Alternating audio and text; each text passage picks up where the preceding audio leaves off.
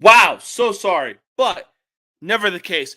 Good afternoon, social media. How we doing? Another week in the books and another day of the best day of the week. That day being fucking Friday, baby. I hope everybody had an awesome work week this week.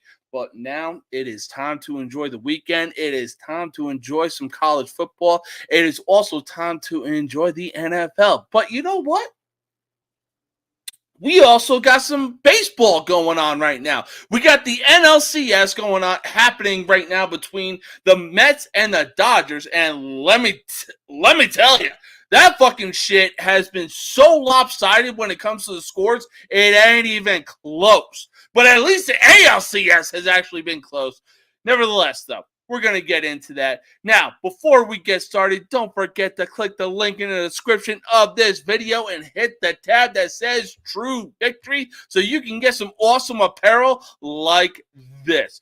Let me talk to you. They got some awesome t-shirts just like this. They got shorts, they got sweatpants, they got decals, they got gym bags, they got everything you need if you're living that healthy workout lifestyle. Now, when you approach checkout and you actually want to get a discount on the stuff that you have purchased, be sure to include the code No Mercy Sports 15. I'll say it again. It's No Mercy Sports 15. Don't worry though. The code is also in the description of this video as well. Why? Because when you check out, you can get 15% off your entire purchase, man. Oh, man, do they have a good selection on that website. It is veteran-owned and veteran-operated. So be sure to check it out and let them know I sent you, baby. Enough jibber-jabber. Why? Because it's time for the most uncut, unfiltered, and uncensored sports talk show you will find on social media. And at the end of the day, you will know whose game this is with everybody saying No Mercy Sports. Yeah, let's get into it, baby. It's fucking Friday and I'm fucking pumped. Nobody can stop me now.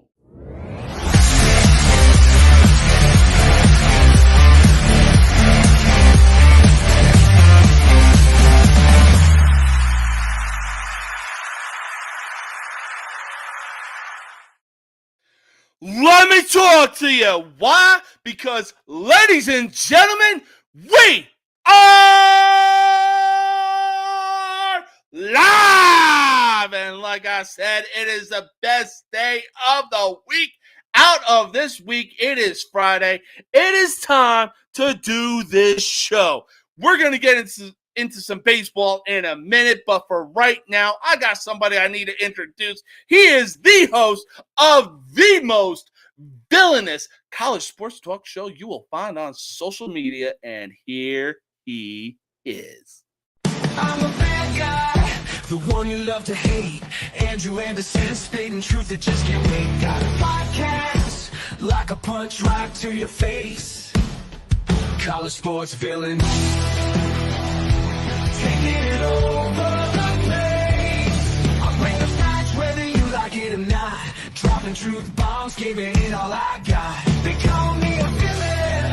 Well, I wear that badge with pride. Nothing but secrets they try to hide. I rock in my veins, rebellious to the core. I won't back down, won't take it anymore. The bad guy of the podcast world, that's me. Unleashing the truth, setting it all free.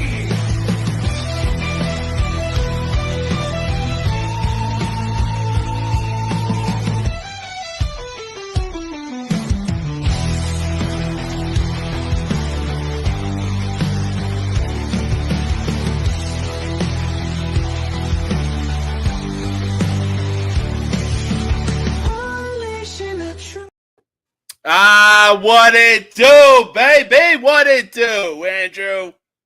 What's up? How we doing? Ain't nothing but a G thing, baby. Like I've been saying, it is Friday. It is the best day of the week, and it is time to have some fun. Let's do it. Let's do it indeed. Now, October baseball is forever goated, and it's not even close. It's not.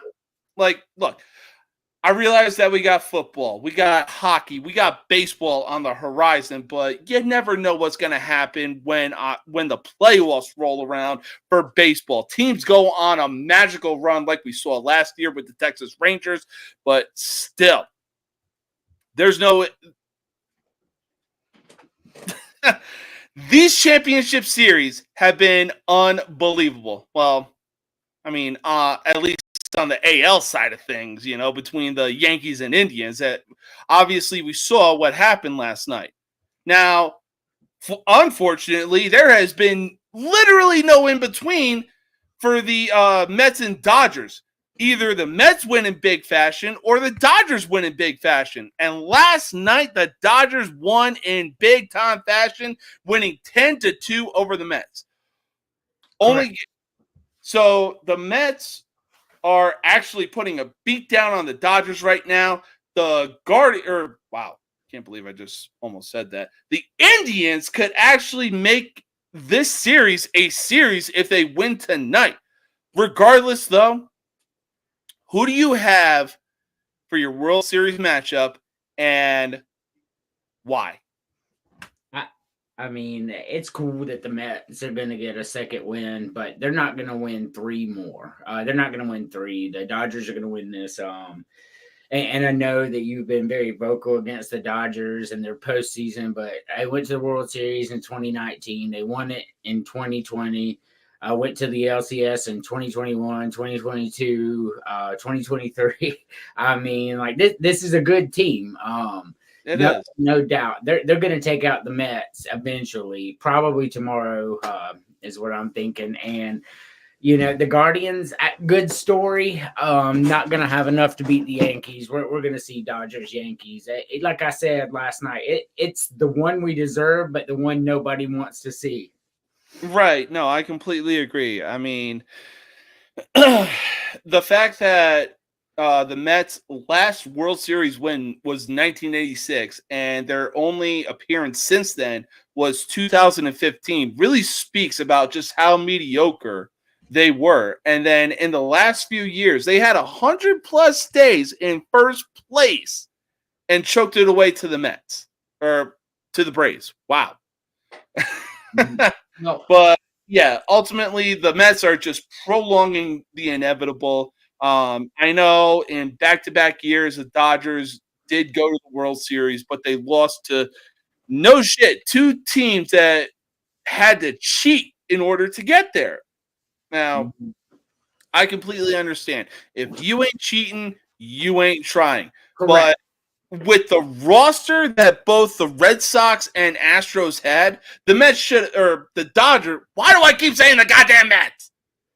The Dodgers should have decimated both teams and won back-to-back titles, or at least the Yankees in that fashion.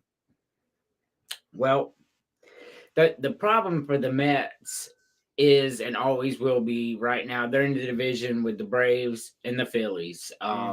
So it's really hard to be consistent when you're playing them. And then in the same city they're in, you have the Yankees, the most, you know, historic franchise in baseball. So to get the support that you need, you have to bring in money to pay that. Well, whether Mets fans like it or not, New York is a Yankees town, and that's where, you know, the people are fans. That's where the money's going. New York may be a Yankees town, but the Mets had the highest payroll for this season. So last season, not actually. Actually, they were mid-tier. So what the Mets were smart. So they had the highest payroll last season, imploded. So what they were trying to do last year is they knew their young core was really good. Mm-hmm. So they figured they'd spend a lot of money on a few pieces here and there, you know, like some good pitchers that they had. The problem is they did not mesh well with the young team that they were having. They were just trying to, hey, we got a good young team. Let's put some big stars on there, and maybe we can push the young team into it. Well, it didn't work. But now here we are a year later. That young talent has gelled, and they're in the LCS. So, the Mets were smarter than they looked, except for wasting all that money trying to patch a program that was not ready last year. Right. They should have just took the L and played their young core last year. But that's fine. You want people to come watch your games, right? And Yes. out there, Chicago White Sox style is not getting people to watch the game. So you add those big names to try to. I get it. No, I get it as well. I really do. I mean, look, I know New York, like we said, is Yankees town. Right. But at the same time, the only thing that the Mets really had going for them was Pete Alonso. Oh my God, who was that third baseman? David Wright. But right now, for this year, they are literally running on the power of grimace and fucking friendship somehow. Right. But ultimately, they're just prolonging the inevitable. I wouldn't be surprised if we really did see Yankees-Dodgers World Series, because it is definitely something that we deserve. The Yankees have, now granted, he hasn't been the same since getting traded from Miami to the Yankees. They have Giancarlo Stanton, Aaron Judge, who is probably in the prime of his career right now. But unfortunately, excluding Juan Soto, unfortunately, the Yankees offense basically revolves around those two and three, including Juan Soto. And depending on how they feel, that's basically how the Yankees bats feel. But the Dodgers, man, if they actually are able to get over the 162 game regular season hump, I'll give them credit where credit is due. Yeah. So I picked Yankees preseason to win the World Series. The receipts are all there. You can go look back in March, May. I didn't waver from that.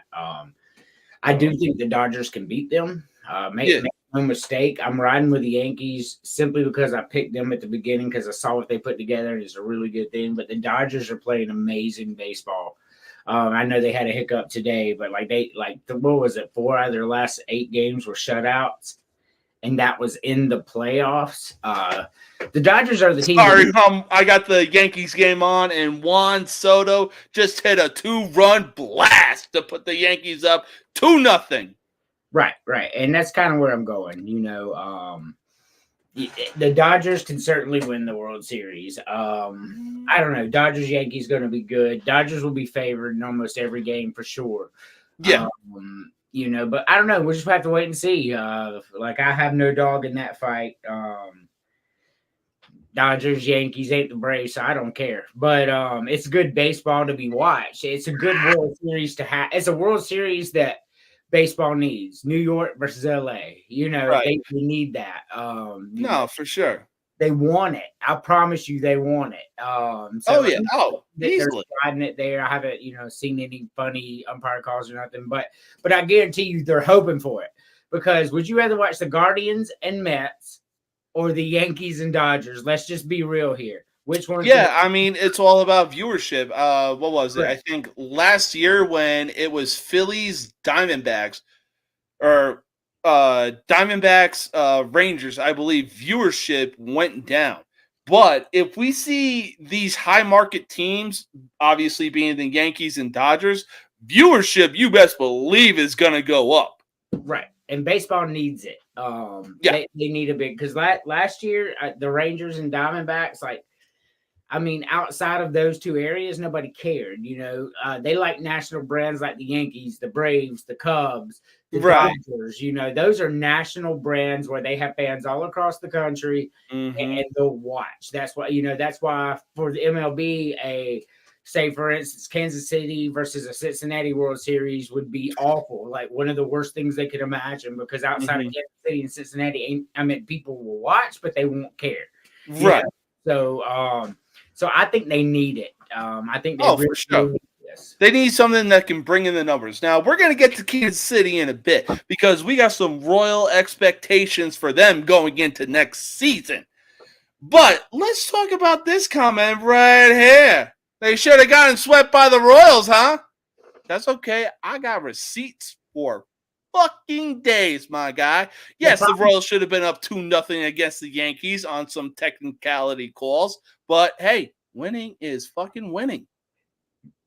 Take that with a grain of salt, because I know you gonna take it with a grain of salt when Vandy wins against Ball State tomorrow. Because you gonna be preaching it to the fucking stars, my guy. That's not an insult. That is just a fact of life. Yeah. Here's the thing about that. So they should have been. The problem is they weren't. And now we have to move on. Yeah. The Yankees are there, and the Royals are not. They are. That's where it's just like South Carolina in the LSU game. I mean, like, we all saw what happened, but nothing's going to change that, even though everybody agrees it was a hit job. Nothing's going to be done. You have to move on. So we're not going to go back. Hi. So we're not going to go back and because we move forward. And moving forward says Yankees Dodgers is going to be a hell of a World Series, and I can't wait. Oh, completely agree. But getting outside of the ALCS and the NLCS, man, the two teams that blew me away that were in the playoffs were Detroit and Kansas City. Now, look, if you had one shot or one opportunity to seize everything you ever wanted in one moment, would you let it slip? Would you capture it, or would you let it slip? Now, the Tigers' run in the second half of the season needs to be fucking studied under a goddamn microscope, because they had literal nobodies. They basically relied on their farm system, for crying out loud. So they did. Not only their farm system. What they really relied on was small ball and speed. Yeah, you tried to be him in there. We've all seen the movie. So they relied on small ball and speed. See, why I predicted Detroit to go deep into the playoffs even before the season started. Remember, everybody was chuckling at me when I said that, but the end, they're very well coached, right? And seizing opportunities, scoring runs when they needed to. You know what I mean? Moving runners over, not playing hero ball, which is what the Braves do. They play hero ball, which is why the Braves are no longer here. You know what I mean? And they did what they had to do to win. And I saw that in the offseason. I saw what they were going to do. And in the second half, like when the injuries start going in and people start getting tired, small ball is still small ball. You know what I mean? Exactly. If we're scoring runs, give me small ball any day of the week. Yes. Runs are runs and wins are wins. Correct. Which is why I coach it, team, especially in Major League, when teams win the World Series, it's usually a really good coach. If you know, it's like not like the NFL where talent can take over and speed and all that. Like, you're still very well coached, but you see some coach get to the Super Bowl, you're like, how'd that coach get there, right? Well, exactly. His assistants are good or whatever. But in Major League, consistently, you're seeing the same managers go in and out. And it's not because all those players are good. It's how the managers are managing. It means more in baseball than any other sport. It doesn't mean shit in NBA at all, because they don't even listen to the coaches. Like, LeBron James ain't never listened to a coach in his life, right? Exactly. Titles. So he does have titles, but he's got more losses than titles. But that's neither here nor there. That's even more impressive. He's went to all these finals, and he's not even been coached. The NBA coaches are useless in the NBA is the point. They matter in football, but they win championships in baseball. Like, that's what coaching is in baseball. Yeah. Now, look, baseball is easily a marathon, not a sprint. It's not even close. I mean, I am a college baseball fan. I love college baseball. My Gamecocks are back-to-back national champions. We've been to 4. Like, it's exciting. I love to watch it. But at the end of the day, Major League Baseball is better than college baseball. Easily, especially when October rolls around. It's not even close. The only sport, though, because college basketball over NBA and college football over NFL all day long. But Major League Baseball, Major League Baseball over college baseball. Like, the Braves, and you know, it's not the same. Oh yeah. Now, from what But the real question is, from what we saw from the Tigers in the second half with AJ Hinch as the manager, what can we expect from Detroit going into next season? Are they going to be like just absolutely competitive in the AL Central? We'll have to see how the offseason shakes out, obviously. But I mean, their players are young and they're all signed, for a while. Your manager stays, your core stays, your pitching is really what was most impressive in the second half. Just get rid of Javier Baez. That dude will swing at anything. I mean, they had a pitcher pitch 4 innings, they had a pitcher pitch 3 innings, and sometimes they had a pitcher go 7. And most of the time they split it up because they realized that, wins and losses for your pitchers, the stats that people love the most, they don't care about their team. They just want to win and matchups in baseball, and that's how they won. So, I mean, if everything stays like it is, I say they're a major player in the Central next year. I meant like the run this year would indicate that we should see more of the same next year. Oh, absolutely. I mean, look, with the experience that AJ Hinch has since he's been the manager for the Astros, regardless of the fact that they cheated in 2017, look, this dude took a Tigers team that was on the brink of that had a less than 1% chance of making the playoffs in August, won the wild card to get to the ALDS and lose to the Yankees. That is pretty fucking impressive, if you ask me. Regardless of losing the series, that is impressive. It's very impressive. And do you remember who Chris's baseball team is? Because he said he hasn't watched more than 3 innings of a major league game since '92. Your team must be ass, because watching the Braves go through the playoffs all those years through the '90s and the 2000s, and even today winning a championship in '95 and another one in 2021, and you're telling me baseball is a snooze fest? That's crazy talk. Watching Kansas City win that World Series, that shit was exciting. Baseball is the greatest Cinderella story ever told. You never know what's going to happen with 162 games, because you have all these high market teams like the Mets, the Dodgers, well, shit, that's basically about it. But that's neither here nor there. On top of that, you got small market teams like the Oakland A's, who made a run in the early 2000s. And they had a payroll of just under 250,000. So I propose something for Major League Baseball. It sounds radical, but it would be so fun. So how many wild card teams get in the playoffs in each league? Not many. 4, right? Yeah. So you take 3 wild card teams, and then the 4th spot, they should do a tournament like they do in basketball, one and done. Ooh. Every team that didn't make the playoffs, they just have rankings. One, like you're the one that should have been there, but you didn't make it. You're the number 1 seed, and White Sox will be the number 18 seed, or how many ever teams there, and you play one and you just go. And then the winner of that gets to go play. But, man, I know that sounds funny, man, but think about it. You've had a shitty year, and then you get one chance, and now the White Sox are in the playoffs. Just imagine. Exactly. I mean, look at the Kansas City Royals. They made it all the way to the World Series in 2014. Took on the Giants, who were clearly the better team. But, I mean, go back and look at that roster in 2014. The Giants were stacked that year. And then, look, Kansas City literally went on a revenge tour the same way that the Cubs did in 2016.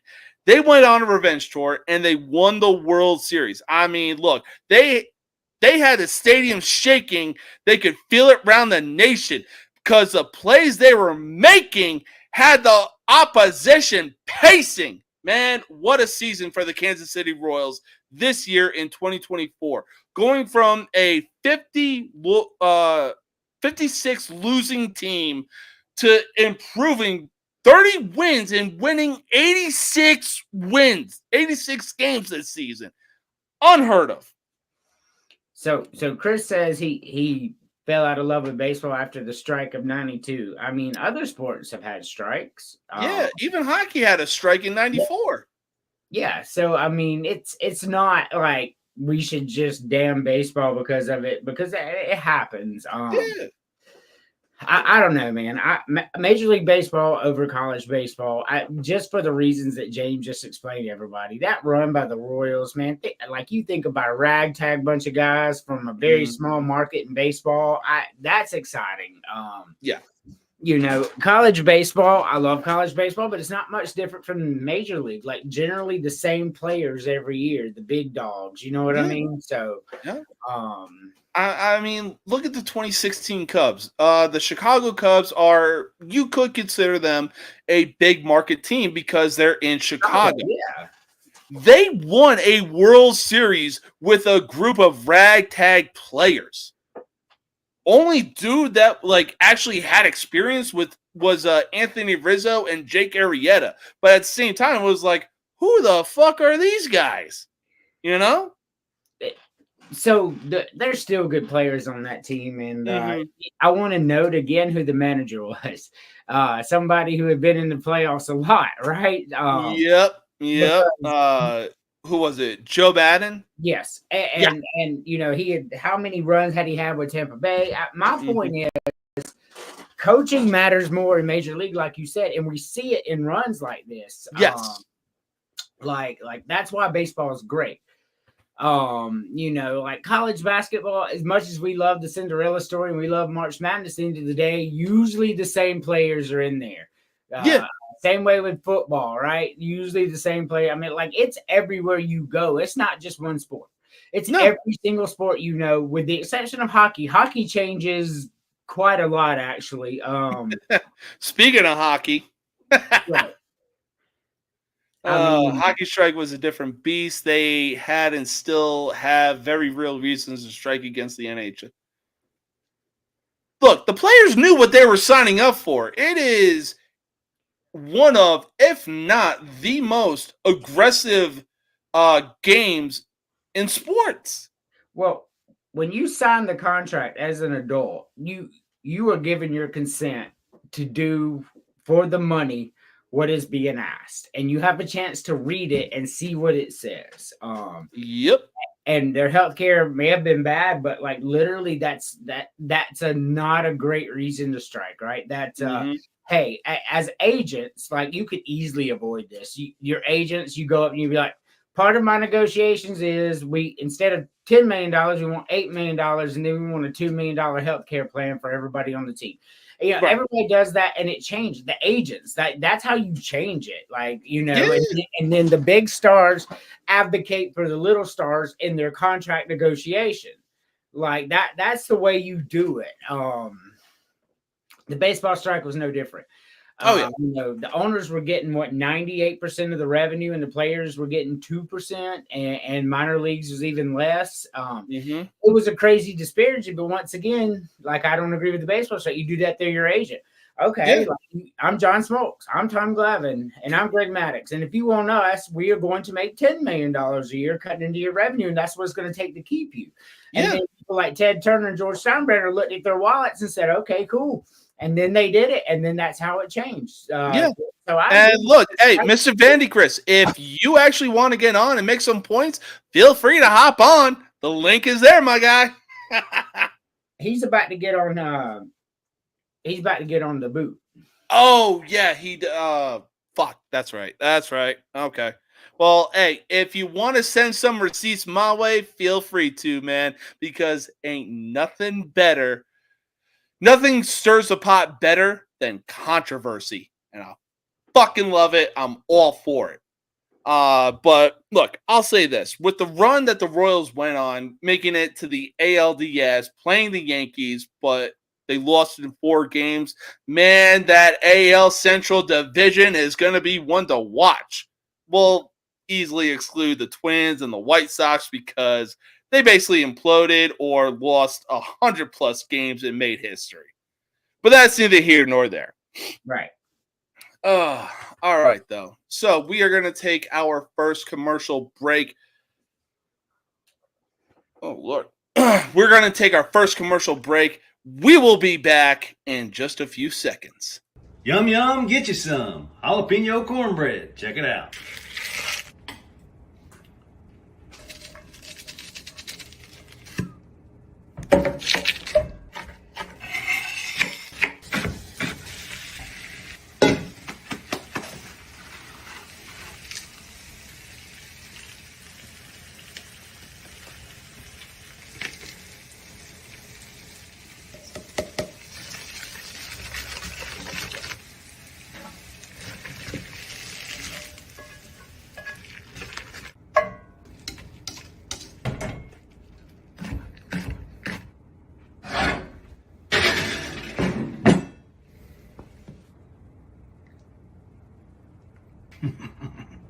Spicy. Oh, man. So I got Dano's seasoning, taco seasoning, and jalapeno seasoning. Man, they are all good in their own right. You gotta check out Dano's. It's not even close. Now, we've talked about baseball. Let's talk about some fucking football right now. More specifically, college football. We are halfway through the season, and we've got some candidates for the Heisman race. I think it's safe to say that Boise State running back Ashton Jeanty is literally running away with the Heisman Trophy. Don't get me wrong, guys like Travis Hunter and Cam Ward are putting on shows. But as the old saying goes, numbers no. Let me talk to you. Numbers never lie. In 6 games this season, I repeat, 6 fucking games, Jeanty has racked up 1,248 yards, averaging 10 yards per carry and 17 touchdowns in 6 games alone. This dude is literally on pace to have, if not break, the same record Barry Sanders had in 1988. So one of us was alive in 1988 to watch it. So it's impressive. I'm not going to argue that. All right, so Jeanty is number 2 on my list. I want to get that out of the way.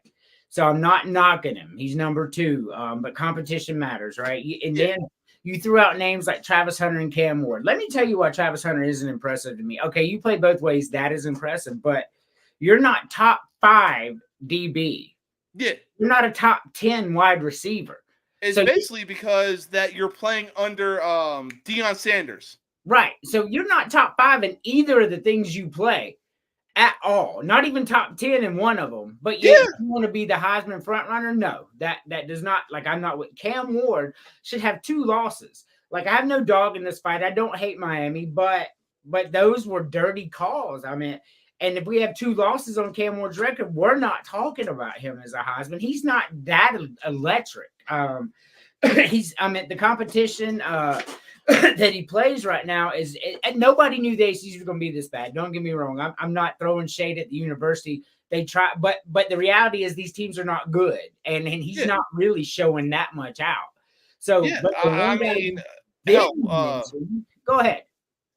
No. I was gonna change the channel to see what the score is between Florida State and Duke, because Florida State, my God, y'all need to be examined.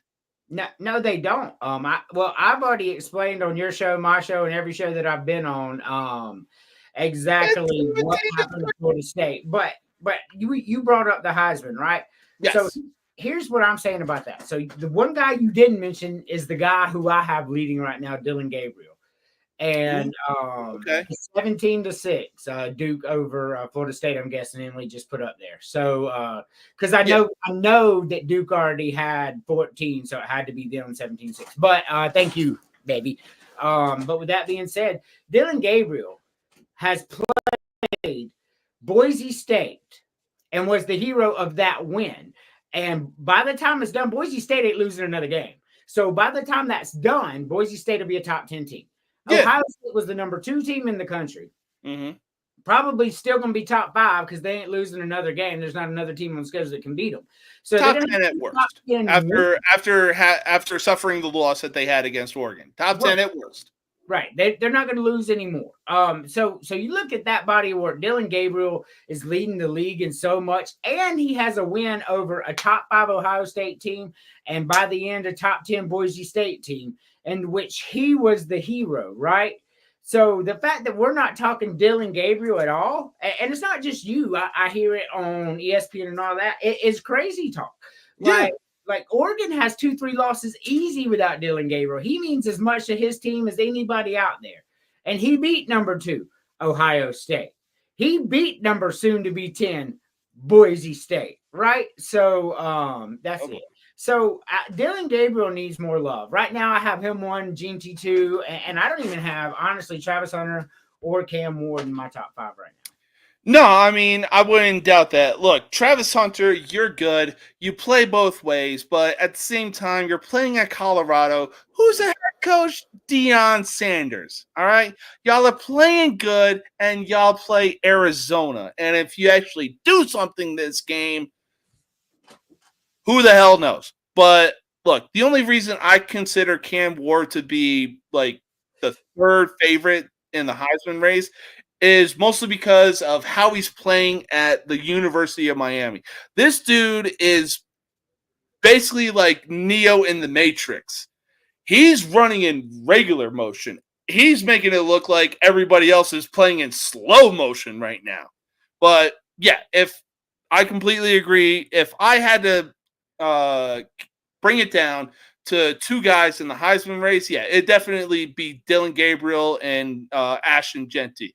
But we are halfway through the season. We need to see what happens. My eyes are on Beast Mode 2.0 up in Boise State. Now, I know somebody wants to say, oh, he's not Beast Mode 2.0. Ashton Genty is 2 inches smaller than Marshawn Lynch, and they both weigh the same amount of pounds. Marshawn Lynch was a dog in the NFL, and it wasn't even close. He was unfortunately stupid at the age that he was at, but when he found a home in Seattle, man, oh man, did he do his talking on the field. So I get the Genty love, man. Look, I lived through the Boise State golden years. People love Boise State. They were the Cinderella for a decade, right? What was it 2007, 2008 Fiesta Bowl? And all those years, everybody's like, Boise State should be in. This is crazy. They're screwing Boise State. Boise State was the most loved team in America, and that's still there with older fans and younger fans, because fans like yourself remember it, and older fans like me remember, like they arrived from FCS, 1AA at the time, come in, build a program, was out there smashing people, joined the Big East, pulled out when the Big East imploded. So we love Boise State, and the fact that he's doing this, we want to give it to him, like on all these sports shows. Oh, I love Boise State. Like I remember they're good, and they should have. So Genty, but like reality is, does Genty mean more to your team than Dylan Gabriel does? So true. If you remove Dylan Gabriel off Oregon and add Genty and then get a different quarterback in there, Oregon has a loss or two. They certainly don't beat Ohio State. You know what I mean? So, and that's what I'm saying. It's different styles. Like they're back not to beat Ohio State. So I saw what you did there, but ain't no way, man. Like, hold on. Bo Nix barely did anything when he was under center at Auburn. The second he went to Oregon, they actually became something. So Bo Nix was not that awful at Auburn. I just want to go ahead and throw that out. I know we got a bad rap about that, but he was not that bad. I mean, maybe I just need to look at the stats. Right, the offensive line was bad, but he did enough, and he was winning games. So, like, we talk shit about Auburn, but when he was the quarterback of Auburn was still winning 9 games a year and shit like that, right? Like, so, and then the second he left, and these quarterback recruits like, wait a minute, this guy won 9 games, and they're kicking him off the team. They're talking shit about him. Why do I want to go be a quarterback at Auburn for that reason? And that's why you see them with Peyton Thorne right now. That and they're a 3-win team. I mean, exactly. No, I completely agree. A lot better than he had credit for. And Oregon is really good at recognizing that talent. Obviously, they're like, hey, you don't want him, we'll take him. Right? Same way with Dylan Gabriel. Oklahoma fans, Dylan Gabriel sucks. And Dan Lannon's like, shit, you don't want Dylan Gabriel? Come on over here, man. We'll get you a good deal. You come play for me. And look at him. Oregon's all right, so real talk. If a guy like Peyton Thorne was under center at Oregon and their running back was Ashton Genty, how many wins does Oregon rack up? So all right, so let's play devil's advocate. I'll give you one game. Let's have Peyton Thorne behind center at Oregon right now with Ashton Genty as his running back. And let's replay the Ohio State game that we just had this past week. Ohio State wins this game 35-17. Right? Because they're going to key in, because they're all blue chip 5-star. They're going to key in on Genty and force Peyton Thorne to throw the ball. That's right? true. Do Yeah, you trust yeah, Peyton Thorne to that's throw true. the ball? Ohio State is going to I make don't. sure that, like, hey, let's hand the ball off to Genty because he can only do so much. Right. So if Peyton Thorne's out there having to beat corners one-on-one, I don't feel really fucking good about that. Like at all. Like All right. I'm watching him at Auburn. It ain't the line. He just sucks, right? Well, he Yeah. don't suck, but he's not elite, is where I'm going. All Dylan Gabriel is elite. That's why Mhm. Oregon won that game. You put Peyton Thorne back there, it's Ohio State beatdown, my Oh, brother. easily. I'm No, just saying. I ain't going to argue that. Look, my only argument is, look, Ashton Genty, just the numbers that he is putting up this season. And obviously we know that Boise State, they're like the Chicago Cubs. They're not losers, but they're lovable. So no, they're not losers, but my biggest argument for Gabriel and against Genty, to be real honest with you, is simply comes down to competition, right? I'm trying to pull up Boise State because I want to see something real quick. No, for sure. Oh, we gonna get heated when we talk about college football prediction. But my point is, yeah, we're gonna get heated. But let's look at, and GT has great stats, right? Yes. So we all know Oregon's already played Boise State, who's a great team. We know that they've already played Ohio State. That was a shootout. They had a rough schedule. So let's cover Boise State's schedule, shall we? Sure. Georgia Southern. Win. Yeah, they beat them, but I mean, like, Georgia Southern's trash and put up 45 on them. All right, hold on. Well, hold up. This is the same Georgia Southern team that beat fucking Vanderbilt. No, it's not. Georgia State beat Vanderbilt, not Georgia Southern. Oh, shit. Yeah, yep. You're right. You're right. So they played Georgia Southern, trash. They played Oregon, good team. They played Portland State, ass trash. They played Washington State, decent team at best. Yep. They played Utah State, worst defense in the land. Mm-hmm. And then they played Hawaii, who consistently wins 3 games a year.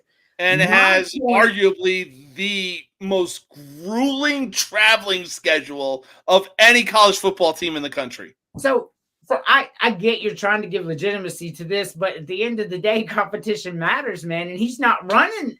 Like, if you watch the games, this motherfucker has a 5-foot hole to run through in that line because they have a SEC line playing in the Mountain West, right? They do. But SEC running back playing in the Mountain West. So when you got an SEC offense out there playing Mountain West teams week in, week out, and then all they have to do is hand the ball off. You don't have to worry about throwing and making mistakes.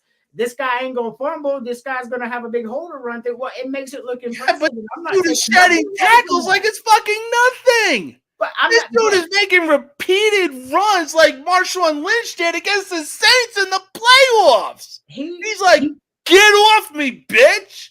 So he does that one-on-one to a lot of Mountain West talent. Is what like I just covered who he played against. True.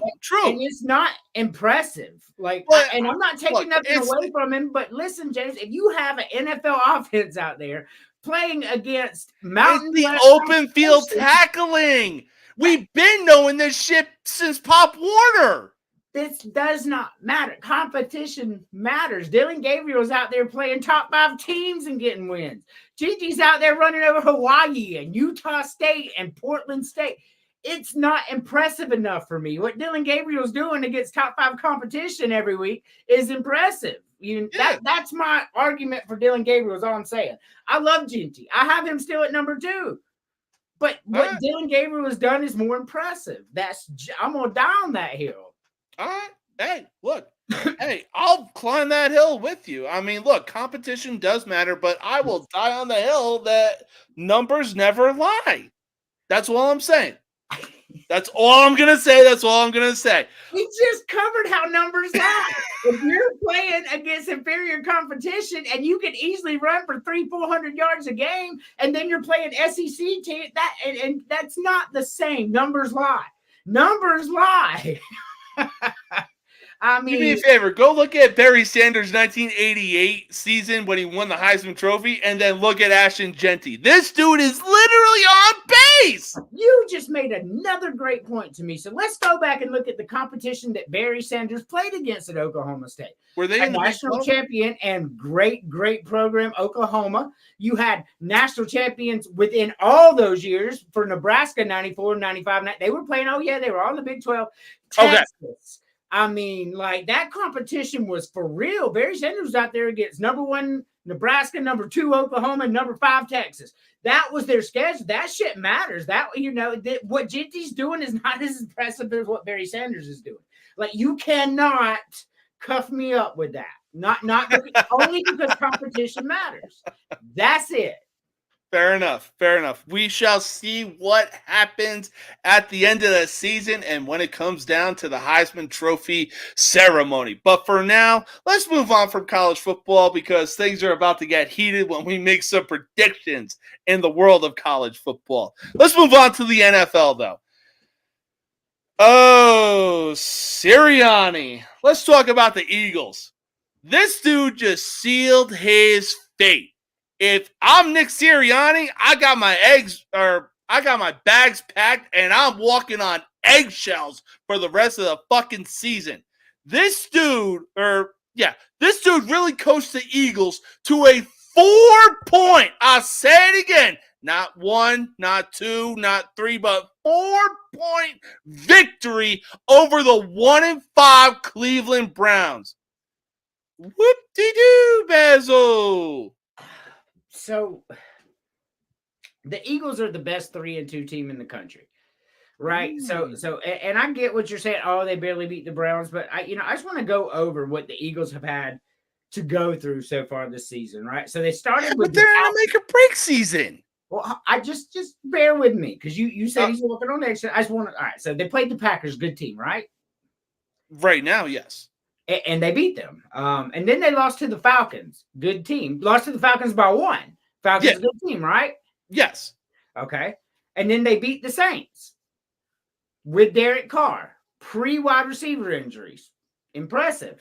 And then they go down and they lose to the Bucks, right? At home. They went to Tampa Bay and lost, right?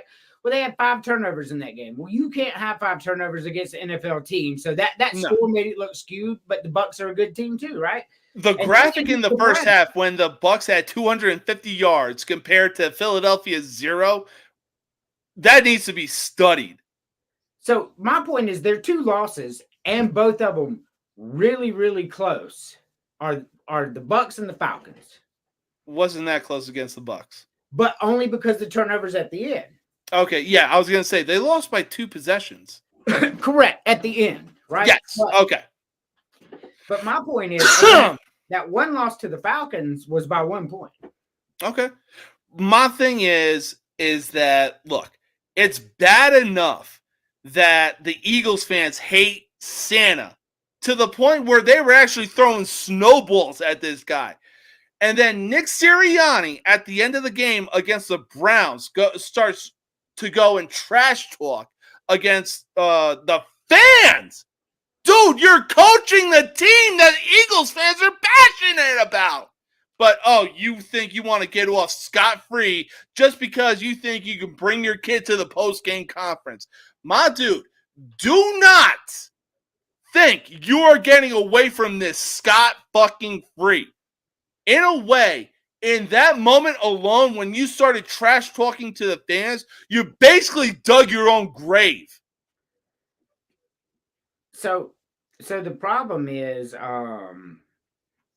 you put the link in the wrong chat. I gotta send it to Mac. Hold on. The problem is, no, you're good. I put people get away with it all the time. Trash talking. Is he not in the Alliance chat? No. Okay, that's fair. But I'm gonna copy it and put it in CSV. Remember, I told him I had to add him. For some reason, he wouldn't. Oh, damn it! I forgot. I thought it. Oh God. But that's what I thought. It was only 3 minutes ago, so he probably just got home, get ready anyway. So, but people trash talk the fan. I mean, you go back and look. Tony Dungy was one of those squeaky clean coaches that we all loved, right? But Right. yeah, he was always jawing at fans. Like, I mean, people are going to overlook that, and just because sometimes it gets heated, right? Right. It was stupid, but I don't think it'll come back to bite him. Like, I just don't. I just see it like this. Like, Nick, you got Jalen Hurts as a quarterback. You got arguably the best running back in the game being Saquon Barkley. I'm sorry, I'm still putting King Henry as the number one running back in the game right now. You got Devontae Smith. You got AJ Brown, who just returned. Granted, you don't have the guys you needed on the offensive line to do what you needed to do with the brotherly shove or anything like that, but you also have a good defense. There is no way you should be 3-2 right now. So respectfully, I disagree, and I'll tell you why. Because the Falcons took a weird loss early in the season, but look what the Falcons are now. And we saw what they did in the offseason. Look at the defensive pieces they brought in. Kirk Cousins, they are winning games now, right? It took them a few games to get into it, but now Atlanta's a top team. So you lost by 1 to a top team. And then the other loss with the Bucs, you had 2 turnovers in the first 2 minutes of the game. They went up 14-0 immediately, and you dug yourself a hole. Yeah. Right. But this is still a good team. Like, this is still really early in the season, which is why we talked about, a certain team in New York firing their coach after 5 games made no sense, because 2-3 is not a reason to panic. And then we're going to get to that team when we make the NFL predictions. Don't worry about that. Well, not only after they fired him, then they go get a real weapon after they fired him. Like, what is that about? You see what I'm saying? It's strange. The whole thing's strange. Is he a real weapon, though? Yeah. Oh, yeah, definitely. We'll get to that team in a second, but we're going to stay in the NFC East. Dallas, your season is done. It ain't even close, especially having a blowout loss like that. But hey, Jerry Jones, how's that all-in strategy working out for you this season? You know, you pay Dak, and all of a sudden he starts to play like Stevie Wonder because he can't find anyone that is fucking open. Look, it's gotten to the point so bad where frustration isn't even the word to describe it for wide receiver CeeDee Lamb. This dude is really saying, bro, you're ass. You're getting paid $60 million to make subpar throws. So I get it. Dak Prescott's had some pretty good lines. Once again, numbers never lie. But that's where it can be deceptive, because your bad throws can be bad throws, and I get it. But like, his numbers are good. So as much as I don't want to defend Cowboys because I cannot stand them, the reality is they beat the Browns by a lot, right? And then the strange loss of the year was a loss to the Saints. And I know the Saints got, Derek Carr got hurt, 2 wide receivers, 3 people on defense. They dropped nearly 50 on them at home. Look at their last 3 home games. Right, but hear me out. But they were pre-injury, and Saints were pretty good pre-injury. And then they lost to the Ravens by 3. Now, the Ravens, are they a top 5 NFL team? Yes. Not a bad loss to lose to them by 3. And then they beat the Giants, right? Yep. And then their best win of the year, they beat the Steelers. So, they went into Pittsburgh and won that game. That is a big win. And then they got beat pretty bad by probably the best team in the NFL. Like, the Detroit Lions are number 1. They're over Kansas City right now. They're playing that good of football. Look, I was going to say, I'm defending Dallas's losses except for the Saints. I was going to say, you know how mad you got to be to hang on to the receipts that the Lions had. They ran literally every trick play in the book. At one point, Dan Campbell was like, hey, fuck it. I'm going to make my lineman line up as a fucking wide receiver. Right. That dude kept receipts like no fucking other. But after this 47-9 loss, is there any way that Dallas can bounce back and get back on the winning side of things? So, yes, but it won't happen immediately. So hear me out, right? Dallas is going to the playoffs. So they're going to lose their next game in San Francisco. Oh, easily. Because, they're meshing right now. All right. After that, they have to go to Atlanta. So I mean, we probably That'll be a got close game. I ain't even gonna lie. we probably got them at 3-5 right now, right? So, and then they get the Eagles at home. The Cowboys can beat the Eagles at home. Yes. And then they get the Texans at home. We saw the Texans get exposed this past week. Does that continue, right? So I think the Cowboys win that game. All right. So now they're 5-5, right? I say they split that 4 grueling game schedule. And That's then they fair. got the Commanders, 6 wins.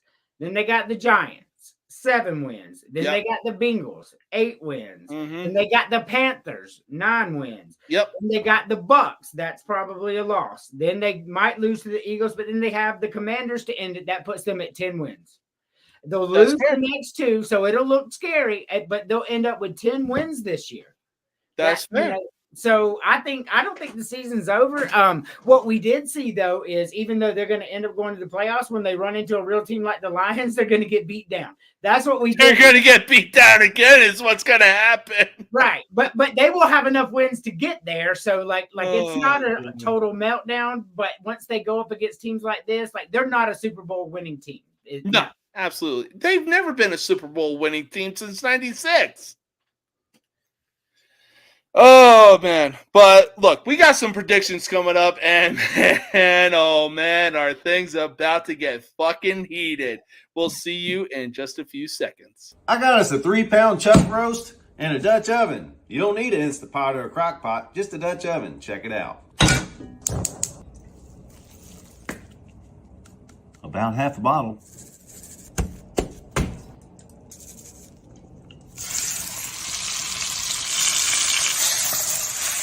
Time to use the rest. 3 cups. Into the oven we go.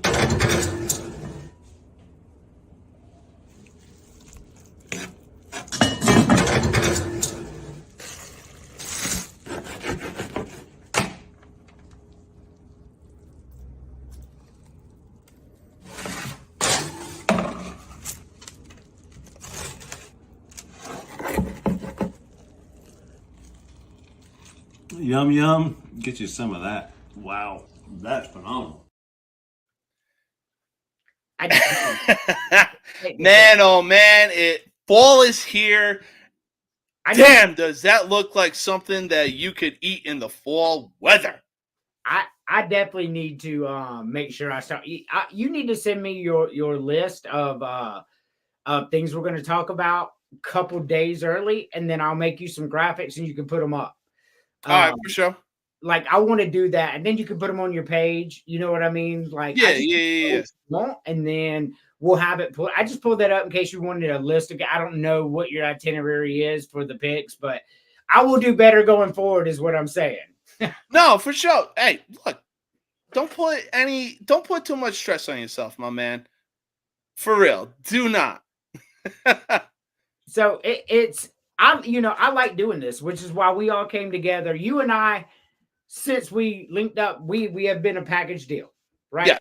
That's the way it is. So, that's my commitment to you and the Billion Media Network. Like it's all like I can do this. It doesn't take me long. I just need to know what you want. But you got somebody backstage like, well, he disappeared. I was going to say, well, he was backstage. But going forward, I would do a better job. All right, fair enough. Hang on. I'm looking at the videos right now. Which one is his intro? He's gone, bro. He's not backstage anymore. Oh shit! All right, But he's probably his intro. If you scroll down and you look, you see where it's blue welcome. It says welcome and it's blue and white. 24 seconds long. Blue Waves. Or No, that's the it's welcome. You can see it. It says welcome and it's blue. It's above my outro. No, it's above Chris's intro. Look, I'll be a producer. When he comes on, I'll play it. And does it say the welcome? Yeah. Okay. That's all I needed to know. All right. Continue on, man. All right. So, football season is here, and Saturday and Sunday, man. Ain't nothing better than having a football team or having to rely on a football team that is going to basically make sure, like, hey, this is going to be my personality going into the work week. You know what I'm saying? Definitely. All right, so let's start with Saturday. We got number 6 Miami going into Louisville, Kentucky to take on the Cardinals. Who we got? So, I'm telling Mac to come back on. So this is a very interesting game, right? So I struggled on this because I know Miami's overrated, and I'm like Louisville matches up well with them, but Louisville is not as good as Miami. That's just the way I see it. At the end of the day, I got Miami winning this game. I'll take Miami as well. All right, so next game up, we got unranked Virginia going into South Carolina to take on 10th ranked Clemson. So this is a homecoming for Tony Elliott, right? Tony Elliott's the head coach of the Virginia Cavaliers, and he was Dabo Swinney's offensive coordinator prior to that. So this is a homecoming. This is a game that means a lot to Tony Elliott. They'll give him a standing ovation when he comes in. Clemson Nation, they're very loyal, so they'll clap for him. But when it comes game time, they're going to be really loud. Clemson is way better than Virginia, and then they have to go into Death Valley that holds 82,000 people. And I have been there in Clemson Death Valley for games at least 25 times in my life, and I'm telling you, it gets really loud there. Clemson's going to win this game, and it's not going to be. It's going to be like what we've been seeing, 35-10 type of scenario. No, I completely agree. I got Clemson winning as well, but this game, pretty sure it should be good because we got unranked Nebraska going into Bloomington, Indiana to take on 16th ranked Hoosiers. Correct. And what's Nebraska's record? I believe they are 5-1. Correct. 5-1. Yep. Right. So is Nebraska ranked? They are not. So this is a setup for Vegas. So Nebraska should be ranked about number 18 in reality. The past Nebraska, they're down on them or whatever reason, but this is an 18th ranked team right now. They're 5-1. They had that one loss, and they really had a chance to win. They just made a lot of mistakes that game, and at that level of football, you can't make that many mistakes. I mean, look, like the saying goes, any given Sunday, hey, for college football, any given Saturday. So yeah, you never really know. I'm trying to pull this up. You never really know what's going to come your way, right? That's just the reality. But Nebraska is good. Nebraska that rule doing something there. Correct. And I know Indiana's 6-0, and it's a great story. Like you gotta love it. And just so you know, another thing about Indiana, they have not trailed at all this season.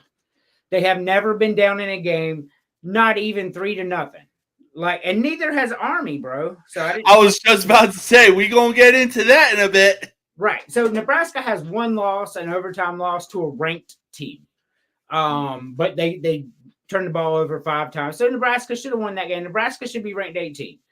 Yeah. Indiana, great story, 6-0, haven't trailed at all this year. Well, that ends. I love it. I love their high ranking, but Nebraska wins this game. You know what? I'm going to get on that Nebraska hype train as well. They definitely have something going on right now. But before we get into our next pick, we got somebody else that we need to introduce. He is big, he is spicy, and man, oh man, did he show out for his kid. Please help me welcome to the stage, Spicy Big Mac.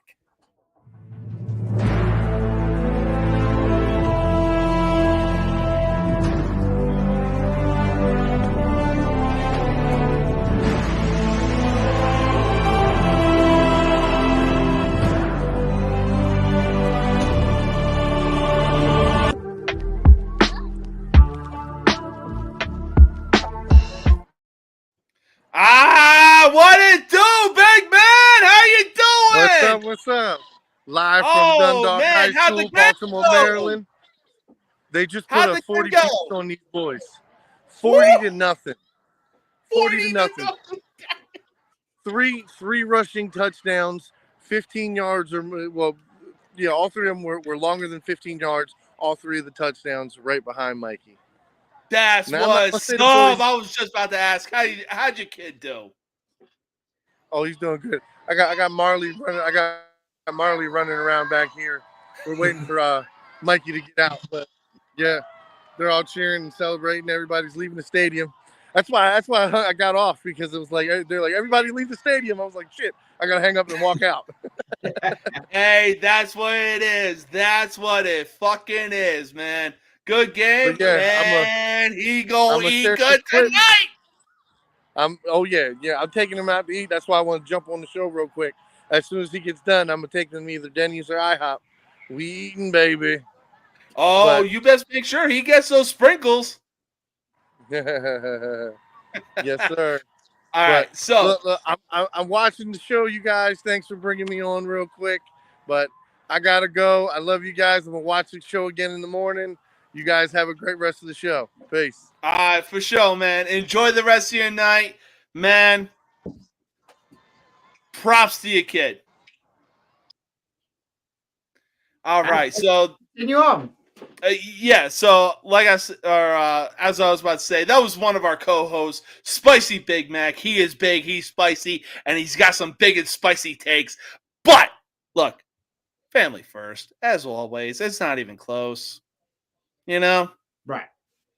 But anyways, next game up, we got Auburn going into Columbia to take on 19th ranked Missouri. I mean, Missouri's not a good team, but Auburn's a bad team. So give me Missouri 20-9. Yeah, I could see that. Yeah, I'll take Missouri as well. Finally, it has happened. I have been preaching this for so long, and it's only a matter of time before a certain somebody starts preaching it after tomorrow. But I have been preaching this for so fucking long. We got East Carolina going into West Point, New York to take on the 23rd Army Black Knights. Yep. So we're we're talking about American Athletic Conference competition, right? Yep. Everybody loves Army, right? And Army's ranked. Yeah. So it's cool. It's a good story. But we're really just picking so East Carolina, you know, they beat Old Dominion. But when they lost to Appalachian State, and Appalachian State isn't that good, we knew what they were then. They're not beating Army. Army will win this game. Oh, for sure. I'll take an Army as well. All right. So next game up, we got Wisconsin going into Evanston, Illinois to take on Northwestern. So with Wisconsin, you know, they blew my mind last week because Rutgers is a good football team, right? Mm-hmm. So, you know, I'm looking at that, right? And Northwestern is a very bad football team, in my opinion. And I know they got a couple big wins, but here's Wisconsin. And all right, so Wisconsin, you know, beat up on some nobodies. Then they lost to Alabama at home pretty bad, right? Yeah. So, and then they lost to USC by, you know, couple scores. And then they turn around and they beat the hell out of Rutgers. They're better than Northwestern. So I don't think it matters which version of Wisconsin shows up. They should win. It just, one version shows up, they win by 30. The other shows up, they win by 3. Yeah, no, I completely agree with that. Speaking of Rutgers, we got UCLA coming out of all the way of California to go to Piscataway, New Jersey to take on Rutgers. Yeah, so all right. Rutgers is really, they're 4-2, right? They had the weird loss to Wisconsin. Well, it's not a weird loss. Wisconsin, they beat them down. Yeah. So Rutgers beat Virginia Tech. Let's see, they lost to Nebraska 14-7. Mm-hmm. They lost to Wisconsin bad, but Rutgers is really good. Yeah. 7 lost to Nebraska, and then they just got off railed. Rutgers wins this game. Yeah. I could see it as well. I mean, UCLA really hasn't been doing anything that's like, hey, look at us. You Correct. know? Terrible team. Yeah. All right. So we got some picks that we already made on Yo Show last night. But we already know how they're going to pan out. We already discussed them. But here is a game that looks interesting. We got 24th ranked Michigan after losing to Washington, of all teams, going into Champaign, Illinois to take on the Fighting Illini, who is ranked 22nd. So this is a very strange instance. I'll give you that. Yeah. Because by all rights, with everything that we saw, Illinois should win this game. Michigan lost to Washington, who was terrible. But something tells me that Illinois is not going to win this game. I think Michigan's going to be able to move their defensive line and run the ball. And Michigan's defense is still really good. So I think they run the ball, control the clock, and I think they go and they beat Illinois. Okay. I like it. Kind of want to lean towards Illinois, but ultimately, you know what? Just got to go with the gut feeling and pick Michigan. So this definitely a game I got my eyes on. It's a battle of the Midwest. We shall see what happens. Now, next game up, we got Charlotte going into Annapolis, Maryland to take on 25th ranked Navy. So that's very interesting, right? Navy is obviously undefeated. Yep. So and they're ranked number 25. Yes. So, but this game right here, I can't get it to pull up. I was trying to remember what one of these were, but anyway. So if you look at it, and Navy should win this game. That would just be that would be what we were saying. But Charlotte played a game last week against East Carolina. And East Carolina is not the greatest team, but a game that in my head, East Carolina has a really good shot to win this game. Right? Because Charlotte is Charlotte. Yeah. And Charlotte beat the absolute shit out of East Carolina. So I still think Navy wins this game, but I think it's closer because the spread was pretty big. But I think it's closer than the 18, 19-point spread indicates. But Navy wins. Oh, yeah. No, for sure. And I can see it being a game as well. Now, College Game Day hosted their show in Berkeley, California. Why? Because we got NC State going into Berkeley to take on the California Golden Bears. You said NC State, right? Yes. So there's not a team in the country I'm more disappointed in than NC State. Talk to them.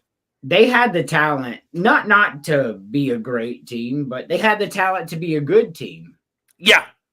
And they're not. Like they're not good. They do not have a good record.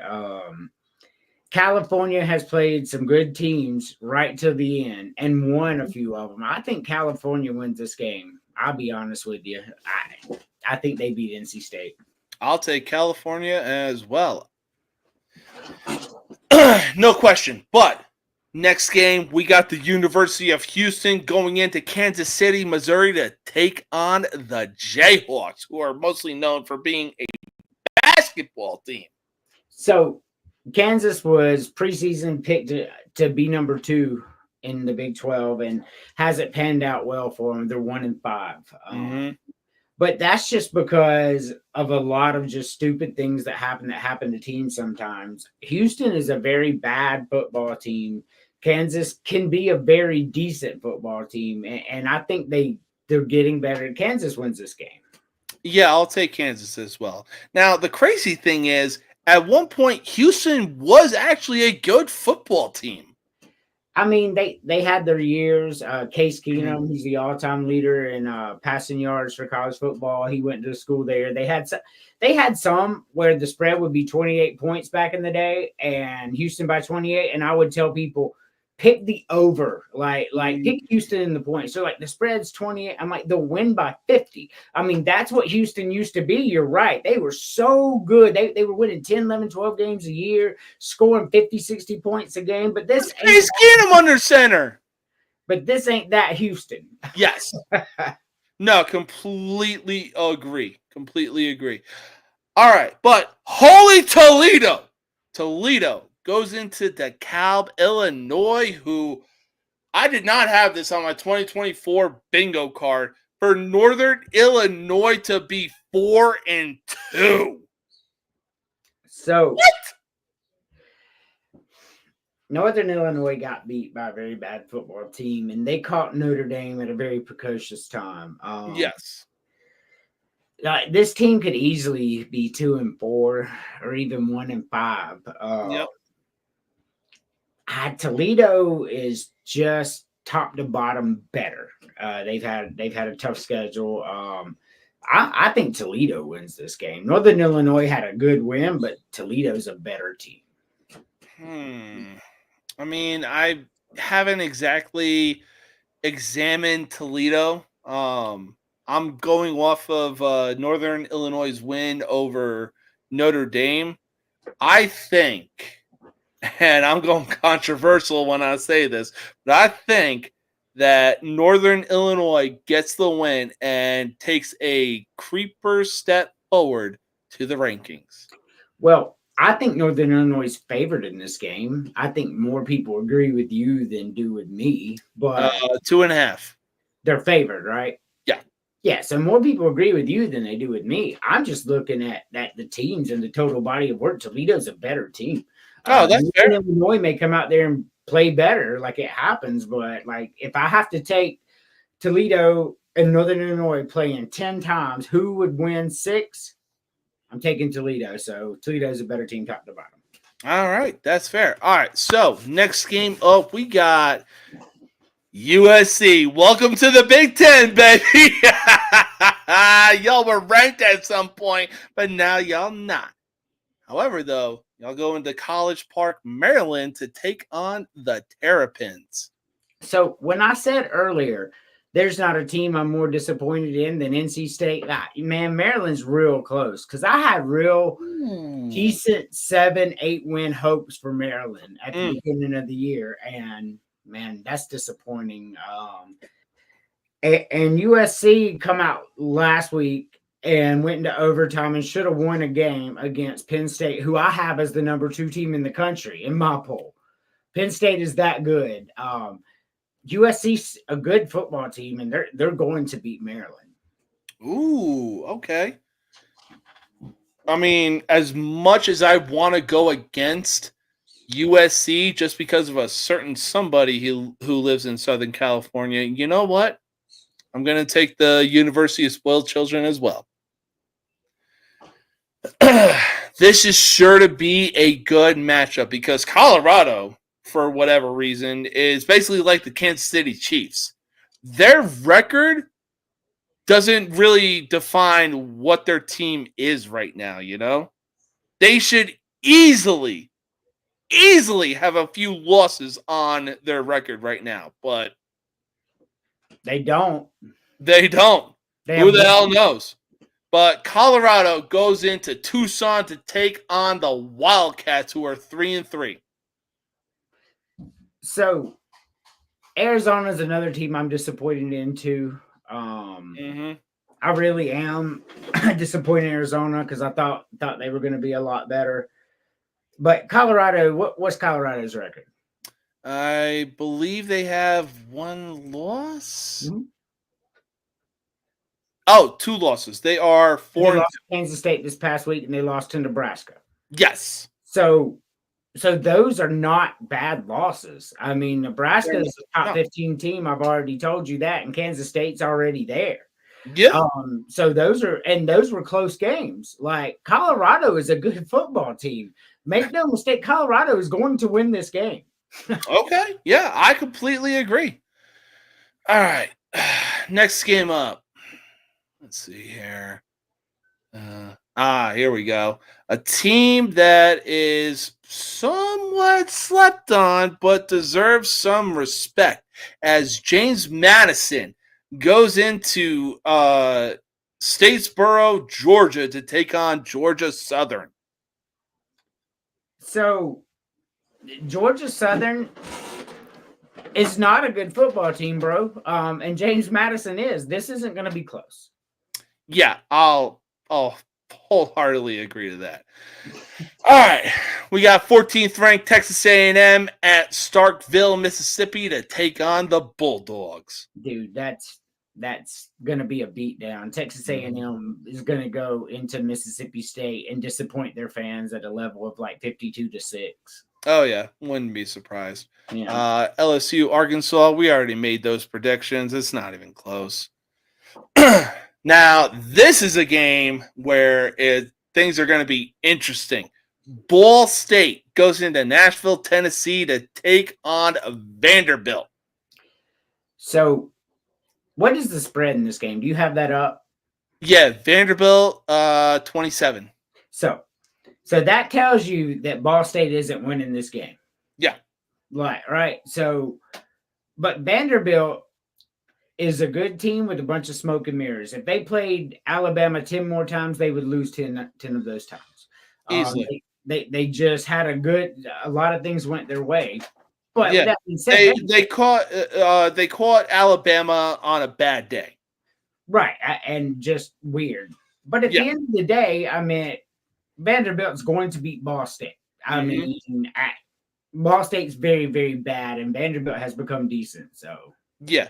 And now here's where things get a little controversial. I know we said that a certain somebody is going to be going on ESPN preaching to Stephen A. Smith that Vanderbilt should be in the top 25 rankings, the same way that I was preaching that Navy and Army should be in the rankings.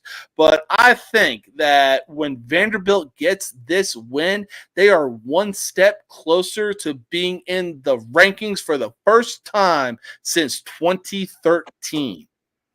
So Vanderbilt wins this game. They're 5-2.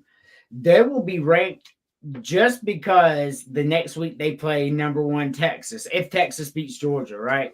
So even if Texas loses to Georgia, they're still probably going to be ranked 4.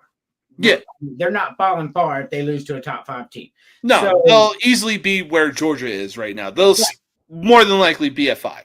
So 5, and then so then you get another game that's going to be 5 versus Vanderbilt be ranked like 23. Then it's another ranked SEC matchup you can put on the TV. Hey, ranked SEC game, watch us, right? So Vanderbilt will be ranked after this. However, they will not be ranked by the end of the year. No, I believe that. I think for right now, when they do get this win over Ball State, they'll be in the rankings. But at the end of the year, they definitely won't be in the rankings. Correct. Let's see, Georgia, Texas. We already went over that yesterday. Now we got UCF going into Ames, Iowa, to take on the 9th-ranked Cyclones. So funny story. I don't have Iowa State in my top 25, right? Okay. And when I'm in my top 10. I have them in my top 25. And when I released it, people were on the show. They're like, "How do you not have Iowa State in there?" and all of that. Iowa State's a good team. I think they'll beat Central Florida. I'm trying to pull up the spread. The spread is 13.5 Iowa State. Yeah. So Iowa State will win the game, but I don't think they're going to decimate them. I think their team's probably right 23-10 is probably right where it'll be. Iowa State. I'll agree to that. Yeah, for sure. All right, so next game up, we got 17th ranked Kansas State going into Morgantown to take on the West Virginia Mountaineers. Oh, hi, girlie. So So another team that I'm disappointed in is West Virginia. Mm-hmm. So I had high hopes for them. I had like 9 to 10 win hopes for them. And at the beginning of the year, West Virginia, you know, they lost to Penn State, and I said, well, that's a good loss. And I'm still right. They're ranked number 2. Oh, and for then sure. they lost to Pitt. They actually put up a fight against Penn State. Right. And then they lost to Pitt by 4. And Pitt's an undefeated team, by the way. Oh, shit. So that's a loss for them. They only lost by 4 to an undefeated team. Then they beat Kansas. They beat Oklahoma State. And then they lost to Iowa State, who's ranked number 8. So their 3 losses, good teams, man. Like Penn State, number 2 undefeated team in the country. Pitt, number 12 undefeated team in the country. And Iowa State, the number 8 team in the country. So 2 and 8 are 2 of their losses. And then I believe Pitt's like 11, right? So all 3 of their losses are against really good teams. Yeah. So I hesitate. And when I tell you I hesitate, like I super hesitate to pick Kansas State to win this, because even though Kansas State's doing really good and they beat some good teams, West Virginia's losses are really good losses that a lot of teams out there would have the same 3 losses. Yeah. God, man, I want to pick the upset, but like West Virginia, they burned me when I really thought they could take out Pitt. I mean, Kansas State is favored for 3 points right now. Right. Man, it's in Morgantown too. I was going to say, if you got a gut feeling, go with that gut feeling. I do. I think Kansas State has a letdown. I think West Virginia wins this game. And they're playing another top. What is Kansas State ranked? Like 16? 17. They're playing another. So 4 teams that they played already in this young season are in the top 17. Yep. That's crazy. It is. West Virginia wins this one, and they proved me right into winning their 8-win season. Give me West Virginia. Man, I'm on that same ship with you. I will take West Virginia in that upset. They are at home. Come on, guys. Let's go. I agree. Let's go. All right. So we got 5-1 North Texas going into Memphis to take on who a certain somebody believes actually thinks is going to win the G5 spot. The Memphis Tigers, who are also 5-1. So Memphis is not winning the G5 spot. No. But a 5-1 North Texas team is smoke and mirrors. Memphis is better. Memphis wins this game. Ooh, okay. You know what? I'll take the controversial pick, and I will go with North Texas. Nice. I don't know what the spread is, but I don't see Memphis losing this game to North Texas. I just don't see it. That's fair. That's fair. The spread is 11.5. Yeah, in favor of Memphis. Yeah, that's about what I'm thinking too. Oh yeah. All right. So third to last game, we got the University of Kentucky going into Gainesville to take on the Gators. So, give us both their records. All right. So Kentucky is 3-3. Mm-hmm. And I believe Florida is also 3-3. Yep. So, Florida 3-3, Kentucky 3-3. Yep. Kentucky has their schedule so far. They played South Carolina, Vanderbilt, couple good teams, right? Right. Florida has played number 5 Miami. That's about it. Florida played a top 10 Tennessee team. Oh, true. You see what I'm saying? Florida played a ranked at the time Central Florida team. Look at what Florida's had to endure. Yeah. Florida is better than Kentucky. Florida has the nation's toughest schedule, by the way. That is a fact. And they are 3-3. And Kentucky had like the 58th toughest schedule. Oh shit! So their schedule was basically pretty easy. Right. So, and then you go and you look, and it's in Gainesville. Oh no. This is the game where Kentucky fans start calling for Mark Stoops' job. Florida wins this game. Fair enough. All right, so second to last game up, we got 21 SMU going into Stanford to take on the Cardinals. SMU big, and I want to apologize to SMU because I had SMU preseason playing Clemson in the ACC championship. Ooh. And it still might happen. They have no losses in the ACC. Fair enough. So, and then they lost to BYU. And I was like, man, this team's trash, typical SMU. I should have known. But they look so good. So now we fast forward 4 weeks. Look at SMU's record. Yeah. Look at it. Look at their body of work, right? Yeah. And the only losses to BYU, and now that team is in my top 10. You watch, look at BYU's body of work. Really good. So this BYU loss all of a sudden becomes a really good loss. So all of a sudden SMU decided, hey, you know what? We're going to turn into MJ and we're going to take that loss personally. Right. And it was a close loss. So now I look at BYU's a top 10 team. That's the only loss SMU has, and it's close. SMU is still, I lost faith in them over what I thought was a bad loss at the time. And now here they are probably still going to play Clemson in the championship because Miami can't beat SMU right now. So I apologize for losing faith, and I'm sticking with my season prediction, Clemson, SMU, ACC championship game. Ooh, that would be that ACC championship will feed fucking families. I can't wait. I love ACC football. Even as a Gamecock fan, I love ACC football. Oh, for sure. Last game of the night, we got TCU going into Salt Lake City to take on the Utah Utes.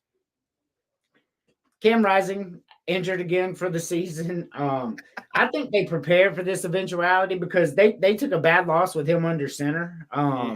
He's lost some of that luster with all these injuries. He's not the same Cam Rising. I actually think this other quarterback gives them a better chance based on all the injuries Cam Rising had and everything. And plus he can run. This kid can run. Utah just got better. And TCU is not a good team. Give me Utah. Oh, I'll take Utah as well. We're going to take one more commercial break, and then we're going to be back with some NFL predictions. I'm a bad guy, the one you love to hate. Andrew Anderson, stating truth that just can't wait. Got a podcast, like a punch right to your face. College sports villain, taking it over the place. I'll bring the facts whether you like it or not. Dropping truth bombs, giving it all I got. They call me a villain. Well, I wear that badge with pride. Nothing but secrets they try to hide. Hard rock in my veins, rebellious to the core. I won't back down, won't take it anymore. The bad guy of the podcast world, that's me. Unleashing the truth, setting it all free.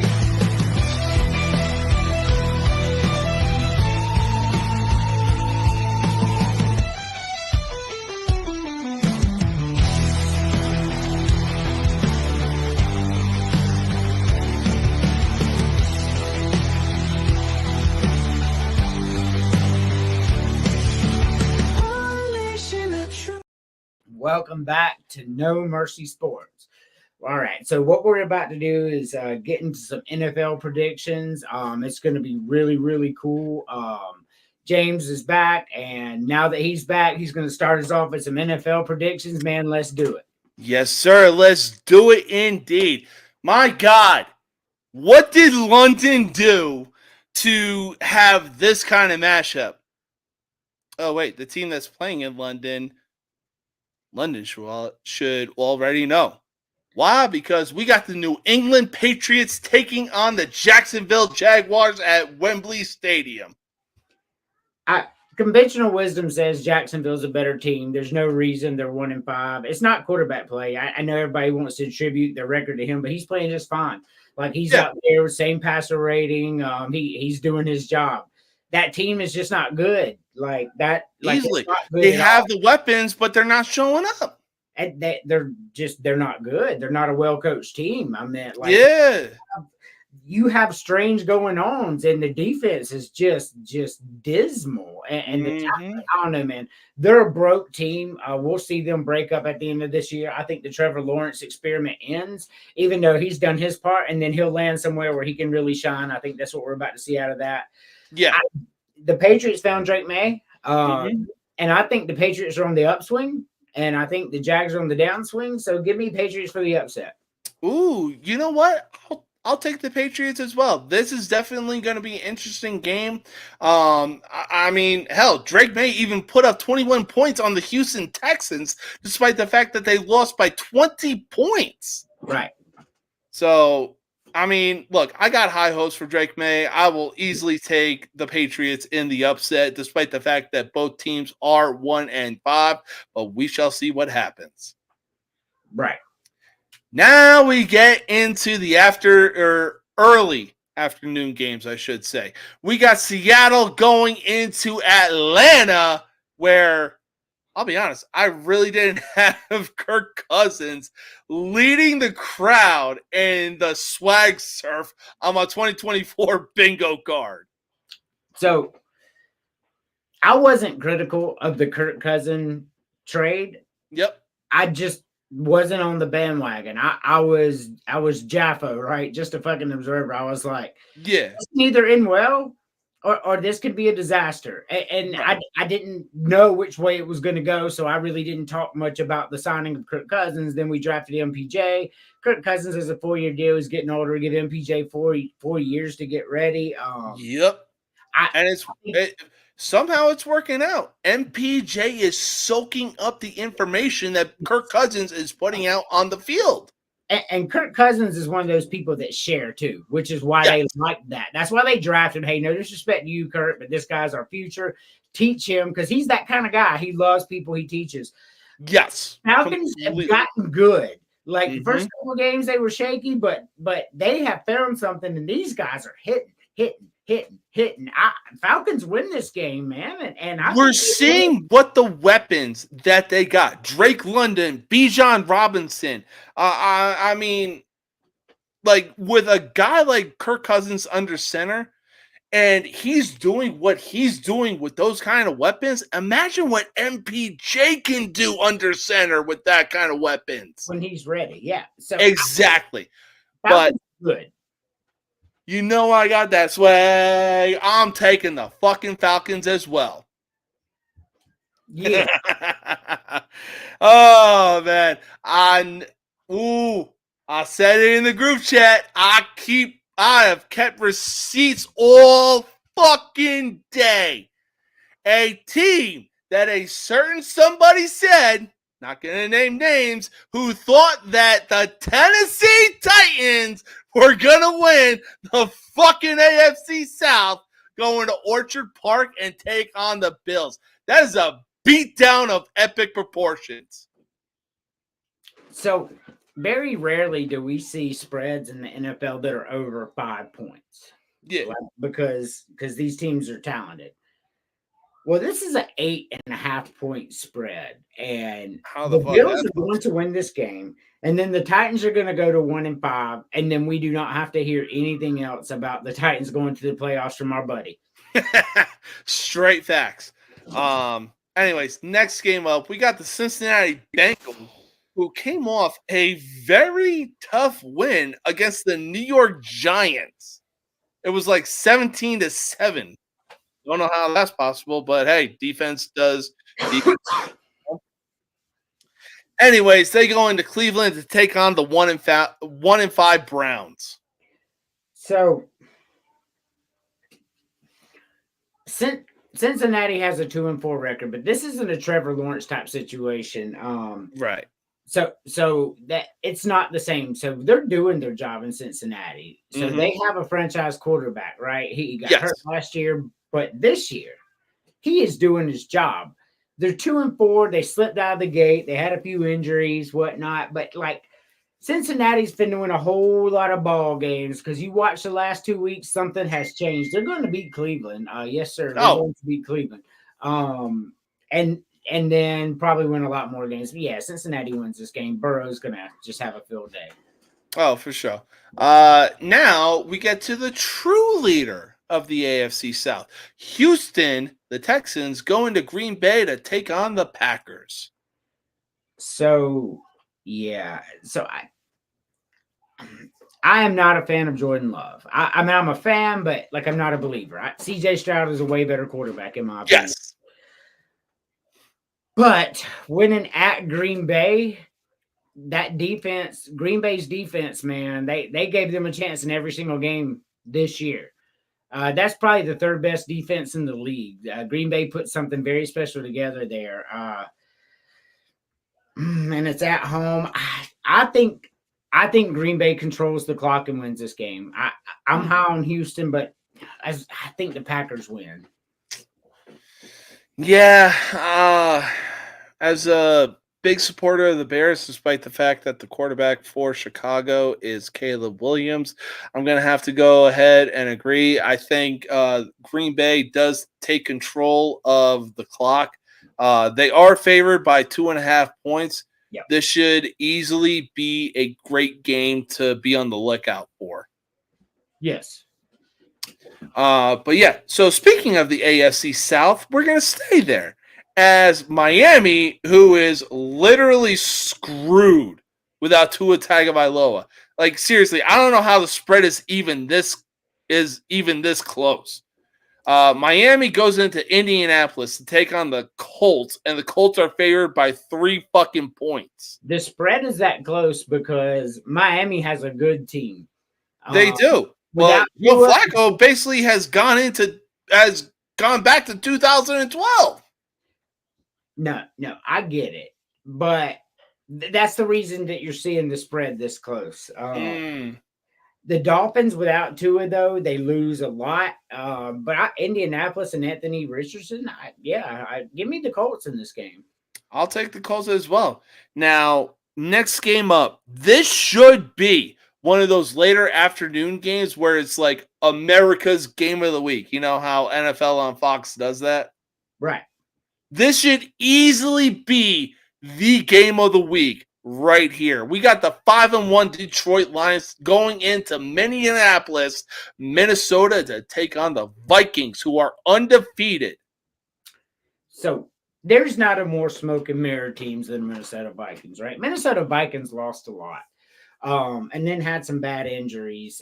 They've had a lot of good luck. Very well coached team. But their luck runs out this week. The Detroit Lions are the real deal. They're the best team in the NFL. They're better than the Kansas City Chiefs. Easily. Detroit? Yeah, no. Go ahead.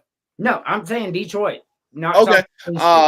No, for sure. And I completely agree. As good as Minnesota has been, and with the fact that we're finally seeing what Sam Darnold has been capable of and what the hype has been around him since he came to the New York Jets. And look, they have Justin Jefferson, they have Aaron Jones, they have TJ Hawkinson. Man, you can't stop Dan Campbell and the run that this dude is on right now. Correct. Like Dan Campbell has kept receipts. I'm taking Detroit as well. Yes. All right, so Philadelphia, Eagles at Giants? No, there's like a name for the rivalry between the Eagles and Giants. You know what? I'm going to look it up. We'll rehash that later. Anyways, Eagles, Giants in East Rutherford, New Jersey. I know you're a Giants guy, right? And I am the bad guy. So Eagles are a better team than your Giants. They are. Eagles have found out how to win the last couple of weeks. They're 3-2, but we discovered their 2 losses were against 2 pretty good teams. Give me the Eagles in this game, 23-14. Yeah, no, like as biased as I want to be about this game, I'm going to take Philadelphia as well. Yeah. All right, though. So next game up, we got the Las Vegas Raiders going into Inglewood, California to take on the LA Rams. I mean, LA Rams are 1-4, and it really makes no sense. I get new coach and all that, but the Rams are a good team. And good teams come around eventually. Man, they're gonna beat the hell out of the Raiders. I mean, they've suffered a lot of injuries. I mean, I'm pretty sure they don't have like Puka Nakua or Cooper Kupp. If they're on the team, like, hey, my bad. I think Rams still win this game big. All right. So when Robert Saleh, the former head coach of the New York Jets, we're going to get to them in a bit. His first loss, fun fact about this, his first loss as the Jets head coach was against Sam Darnold when he was with the Carolina Panthers as they go into Maryland to take on the Washington Redskins. We're going to get to the Jets in a bit. There's some backstory behind this. What game are we picking? Carolina at the Washington Redskins. Oh yeah. The Panthers are bad. Like they really are. The Commanders are decent. They're 4-2, and they probably shouldn't have 4 wins, but Jaden Daniels has proved to be an X factor that I didn't see coming. Yep, same. The Panthers are not going into DC and winning this game now. No, for sure. And honestly, I'm gonna stick with the Redskins as well. And I think that Jaden Daniels, after this win, puts another foot in the right direction of like, hey, I should be Offensive Rookie of the Year. Yeah, I agree. Yeah. A rematch of the Super Bowl for this next game as Kansas City goes into Santa Clara, California to take on the San Francisco 49ers. San Francisco's 3-3. You talk about a team with major injuries, just like you were talking about the Rams. So did the 49ers. And not only that, they've managed to go 3-3 with these injuries and a pretty rough schedule. Kansas City, of course, is 5-0. The refs love Kansas City. It's so obvious now that you see it in every single game, how the flags alter the flow of the game. San Francisco should win this game. San Francisco's a better team at home, I think. But the refs, you will see the flags. We were talking about the college game we're going to see like that. You're going to see that in this game too. You're going to see beautifully timed flags that change the trajectory of the game, and Kansas City wins. Absolutely. Now, when the refs are on Kansas City's side, yes, Kansas City is going to win. But you know what? I'm going to take San Francisco. I think they get that clean win despite however many flags are going to be on that field. Yeah, but we've seen it happen already 3 times this year. So it's crazy. Like Kansas City should not be undefeated right now, but somehow the refs are like, "Hey, we're going to make sure that remains a thing." I mean, like Patrick Mahomes is your new Peyton Manning. Just the way it is. I'd say Tom Brady. I think Peyton Manning was way more protected than Tom Brady. They wouldn't let you hit either of them, but when it come to bailing people out, Peyton Manning got bailed out an awful lot. Well, I think it was more so the controversy that the Patriots had, and everybody was basically out to get Brady. Right? Yeah, there were bounties on him. I get it. So I think it was more so that we were so focused on Brady that we weren't seeing how things for Peyton were going. I mean, I thought Peyton. It was just hard to explain. So even if you want to say he's this generation's Tom Brady, I mean, he's the golden boy is the point. Yes, absolutely. Yeah, agreed. Now, like I said, for this next game, Robert Saleh, the head coach for the Jets for the last few years, his first loss when he became the head coach of the Jets was against Carolina with Sam Darnold under center. his last day in office as a head coach was against Sam Darnold. The only difference is he was on the Vikings. But the crazy thing about the Jets is with Zach Wilson under center, they have scored the same amount of points with Aaron Rodgers under center. But in any case, the Jets go into Pittsburgh to take on the Steelers for Sunday Night Football. So nobody's been a bigger advocate for the Steelers than me. Like I said, they would start the season like 4-2, and everybody told me I was crazy. Yet here we sit, right? Yeah. But with that being said, the last game was very odd, and now we've made the decision to bench Justin Fields in favor of Russell Wilson after all these weeks. That's perplexing to me, and I love Mike Tomlin, but that I don't see how this pays off for them, to be honest with you, because Russell Wilson has just not been good. He's got Justin Fields has 10 fucking touchdowns to 2 interceptions. So here's the New York Packers. Look, the Jets are going to win this game. The Jets could have beaten Buffalo. The Jets are close. Like the Jets are going to win this game.